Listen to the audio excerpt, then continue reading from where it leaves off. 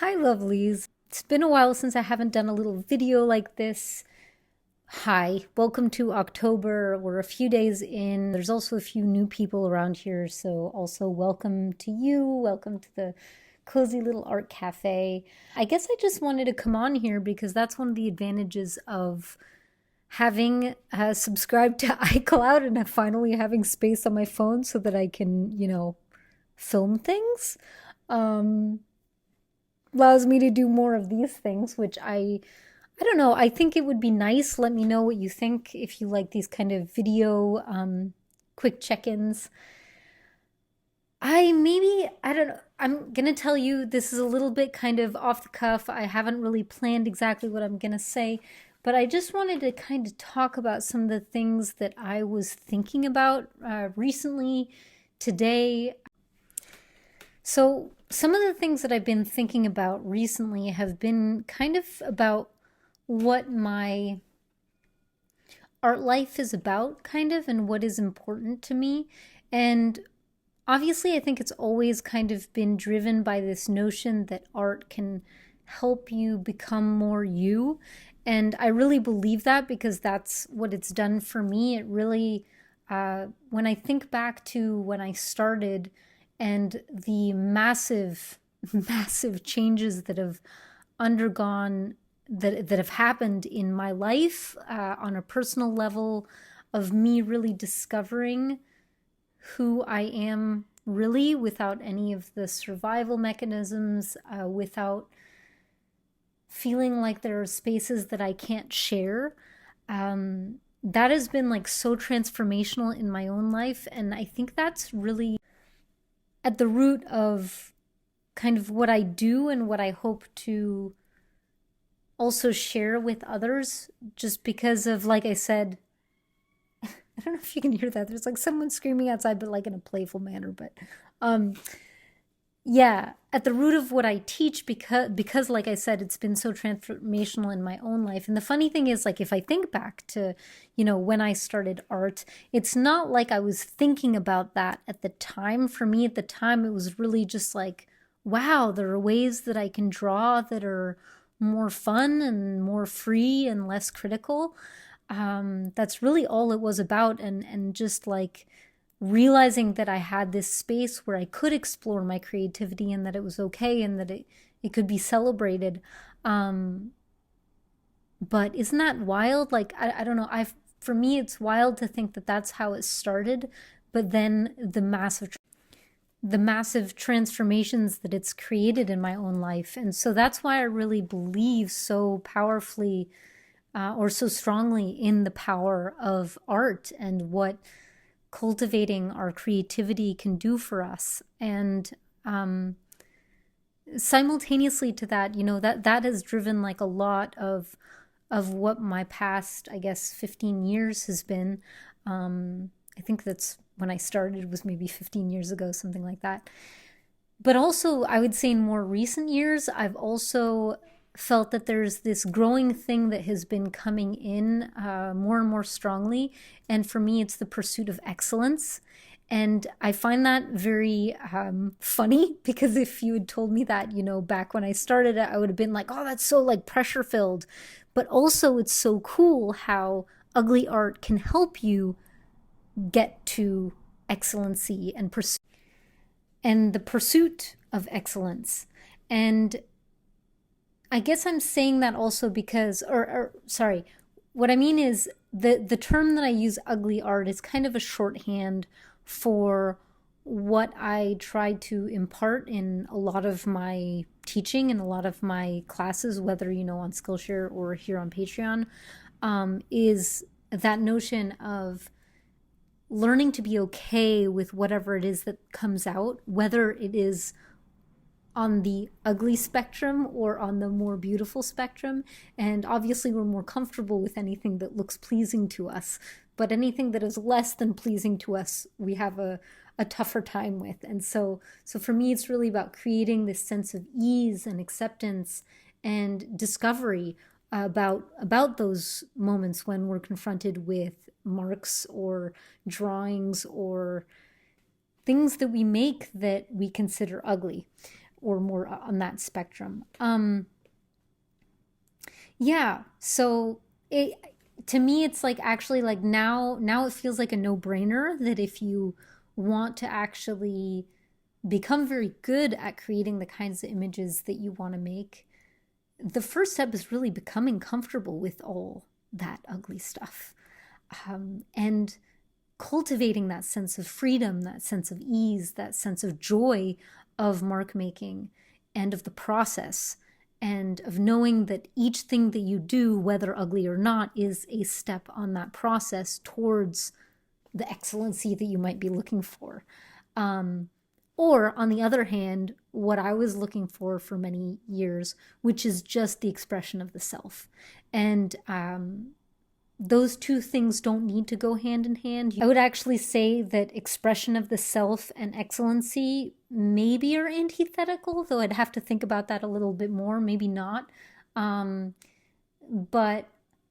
I love how learning to express yourself can make you more comfortable with, or has made me more comfortable over the years with a pursuit for excellency, even though I'm not there yet.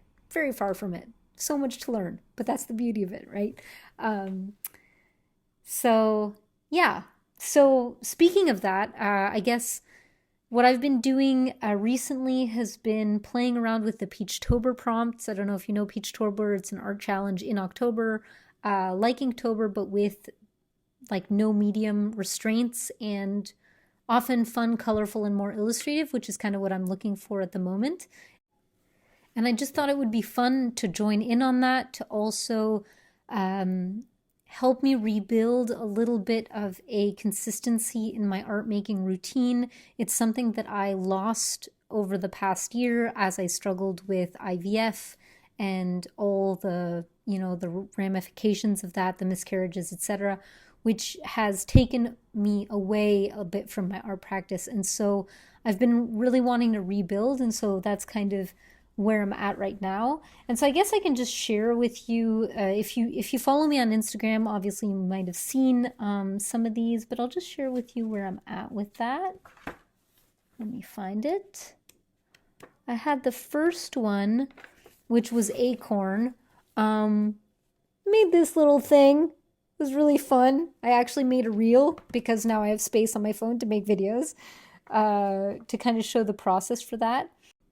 And it was fun because I pulled out some watercolors, which I haven't been using watercolor at all in recent years.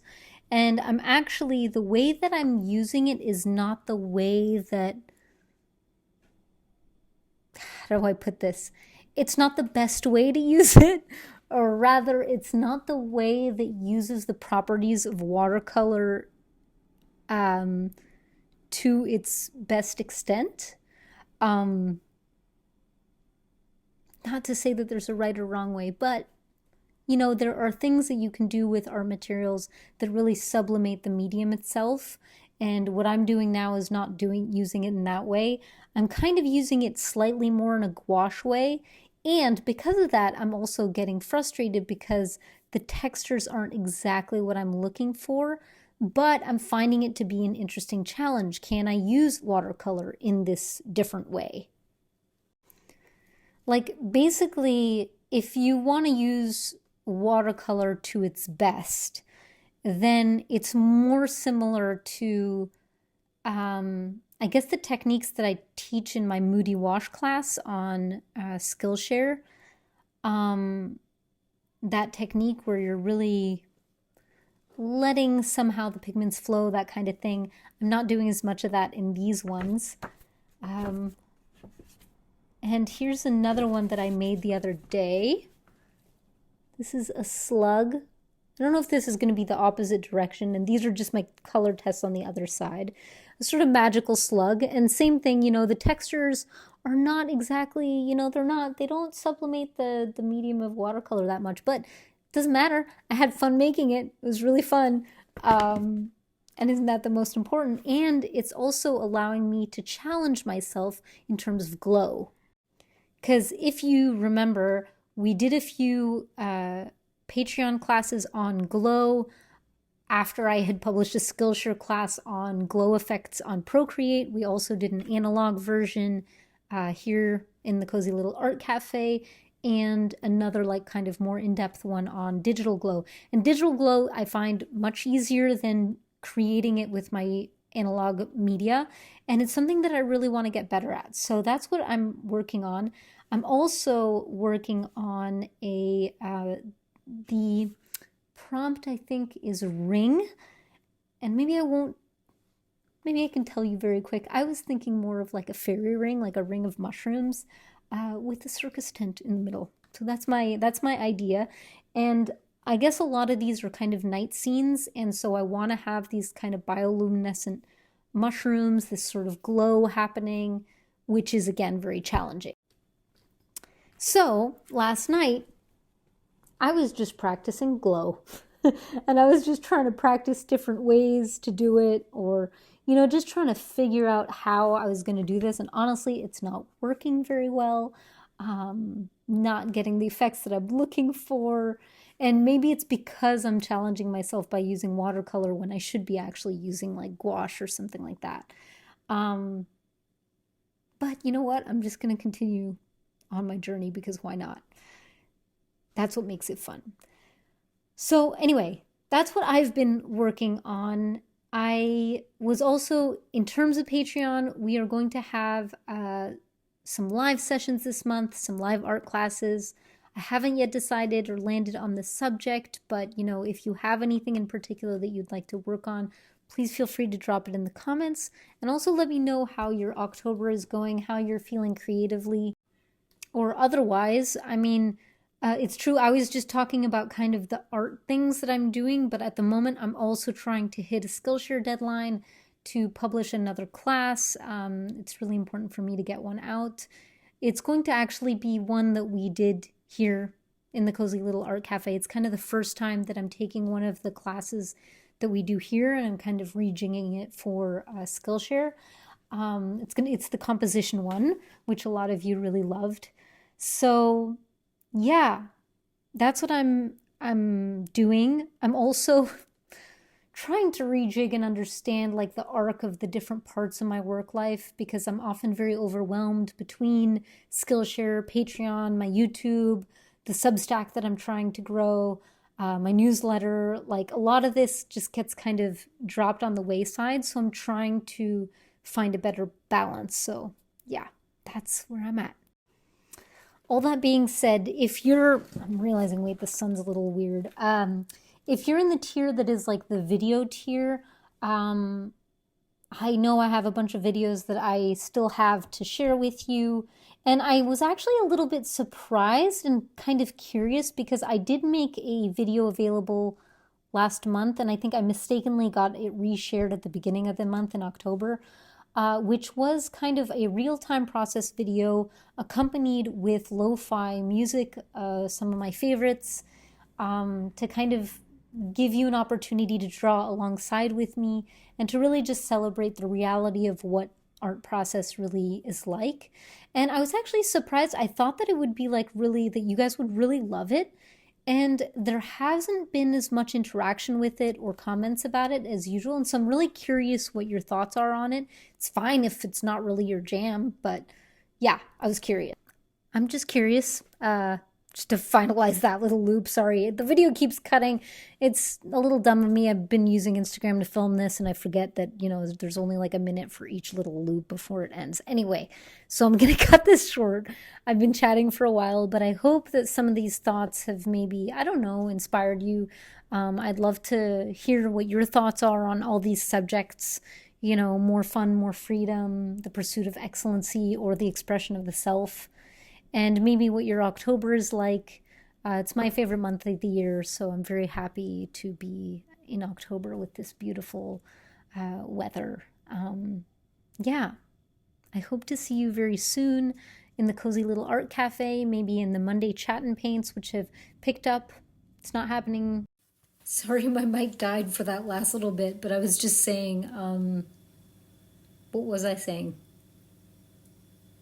Oh yeah, that the Monday Chat and Paints have picked up, but they're not happening this Monday, but maybe next Monday. Yeah, so anyway, I hope to see you in one of the live art classes or to see what you have made in the Monday Chat and Paints if you join those. Um, Thank you so much for being here. It really means the world to me.